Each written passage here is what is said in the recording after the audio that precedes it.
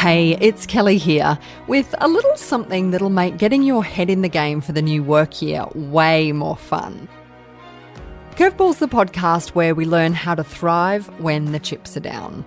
And if there's one thing that sets the greatest leaders above the pack, it's the mindset they carry with them through those challenging times. But how do you cultivate that mindset that says, hey, I can keep going, things will work out. There's an obstacle, yes, but I can find a way around it. Well, I'm going to offer you short tips from some extraordinary leaders in just a sec.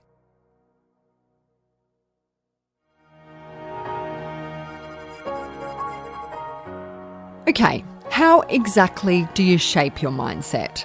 Especially when you face a curveball and you need to actively bring an upbeat approach amid some not so positive times. Take former Virgin Australia CEO Paul Scurrah. So it was just me and my dad. My dad wasn't that healthy for various reasons, and so that was I had to grow up a lot quicker. So when you learn you're on your own, I sort of knew I didn't want that life, and I was motivated to get away from that life. At that point, I didn't really know what I was being motivated towards, though. So I knew I didn't want that. I wasn't really clear about what I did want. And when travel came along, that gave me a bit of a spark to reach for something. At the same time, through football, I learnt goal setting, role playing, making sure that you are disciplined, and a lot of things that I now realise were incredibly valuable life lessons. And I just learned how to goal set, how to believe, and I really got... without getting too spiritual, I really got deep into understanding that the mind is an incredibly powerful thing. And when I first got a job at Australian Airlines, I was in the reservation centre, and I got promoted to a national job, and then there was another job in Brisbane. I was living in Melbourne as a reservations manager, and I thought that'd be great. I was young, ambitious, maybe too cocky too, by the way. And in the interview, a guy who was 2 levels above me said, "Where do you see yourself going in the airline?" And because I'd been working on my mind and belief, I said, well, there's no reason why I can't be the CEO here one day. Really? And You said those words aloud? I did, absolutely. Wow. And he said, "You're kidding." And then I didn't get the job. And then in the aftermath, he berated me for being so cocky and even daring to believe that I could be the CEO. And so, but he was right. I never ended up the CEO of Qantas. And that mindset carried Paul Scurrah through to the next bit of turbulence, the process of stepping down as CEO and handing over to his successor. I asked him what he'd learned through all of that. I think it's anything can be achieved. People talk about limiting beliefs and the impact they have on achievement.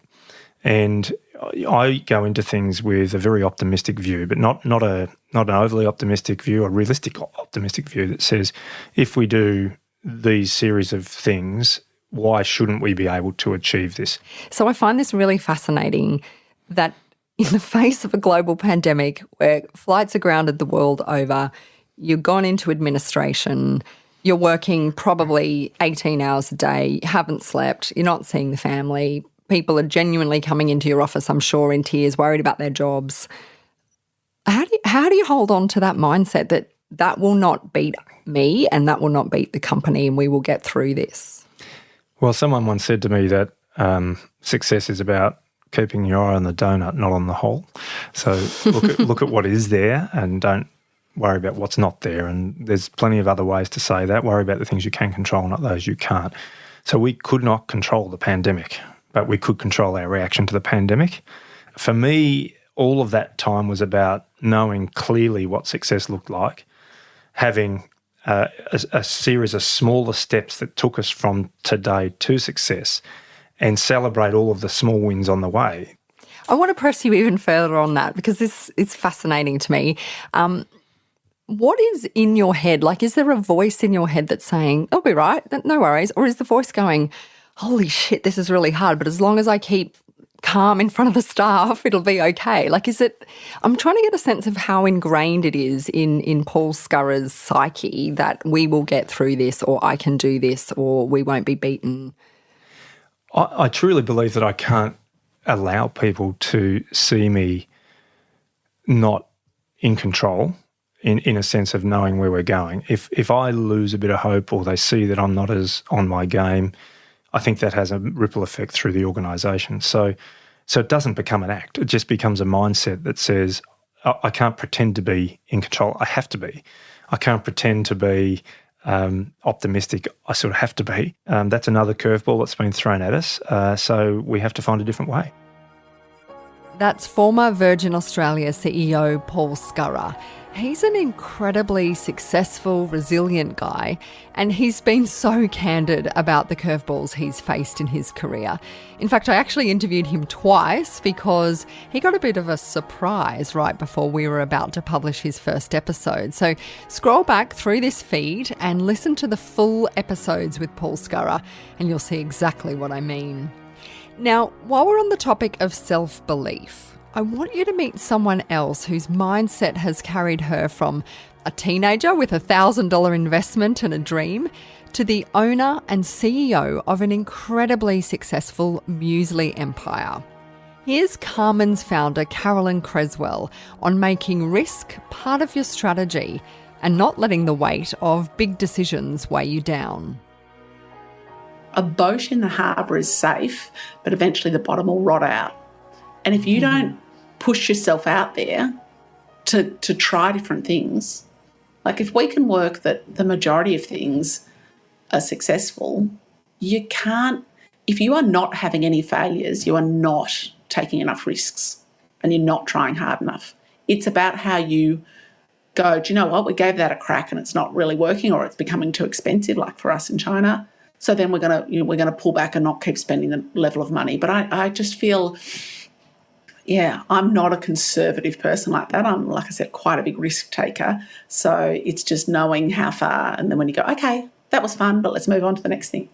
How do you build that kind of resilience into your workforce? How do you build that appetite for learning from things, falling down, getting back up in your staff? Look, I think it's sometimes you just need to model it.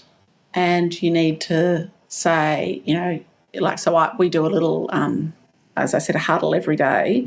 I'm always fine. Like I always say, hey, we've made this mistake. As long as we put in a system that it doesn't happen again, don't worry about it. Like I don't think presuming that you're always going to be perfect. I think that makes for a sort of small business that doesn't expand or take risks. And I think people, I always try and say, hey, what's the worst that could happen? If this didn't work out, what's the worst that can happen? And that's a really good way of weighing up. So trying to weigh up risks quickly and talk about the worst case scenario helps you, I think, be a little bit braver. It takes a lot to throw me. I feel like I don't think I really sweat the small stuff, because when you've been through some big stuff, you think, oh my gosh, I can deal with most things. So, people often when they look at the different, huge issues that I might deal with on a daily basis, and I try and I just try and make the best decision I can in it, and I don't wear it. And I think, when you know what it's like when some people, they wear the problem so heavily, you can almost see it dragging them down. Whereas, I try and say, gosh, it's not life and death, we're selling muesli bars, it'll be all right. How great is Carolyn Creswell?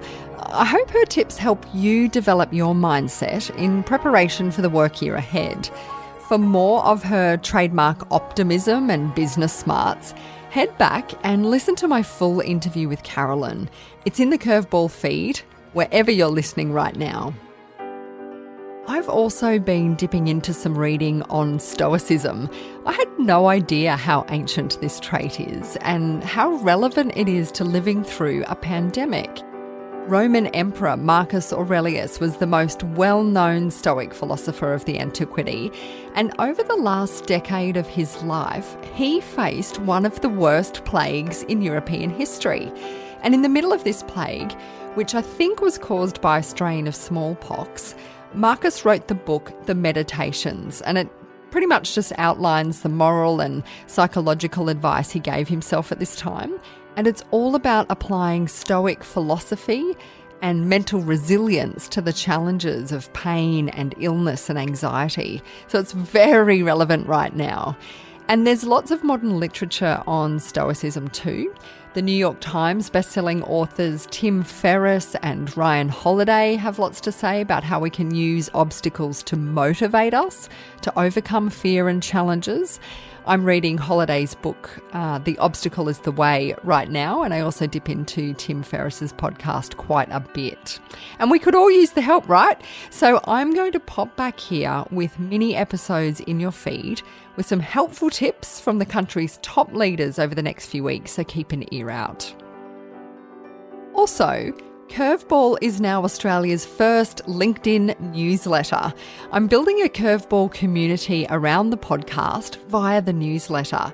If you follow me on LinkedIn and go to the featured section, you'll see the first 2 newsletters for 2021. Just click subscribe for free updates to your inbox, chock full of leadership lessons and wisdom from people who thrive when they're thrown a curveball. We'll also put the link to my LinkedIn newsletter in our show notes. And share your stories of career survival, because I'm so keen to learn from all of you as I build my new company, Dead Set Studios. You can post your thoughts on the LinkedIn newsletter, or you can email me at hello@deadsetstudios.com.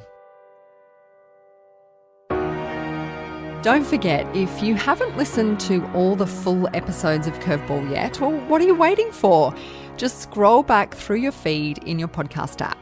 There's Australia's biggest comedy agent, Kevin White.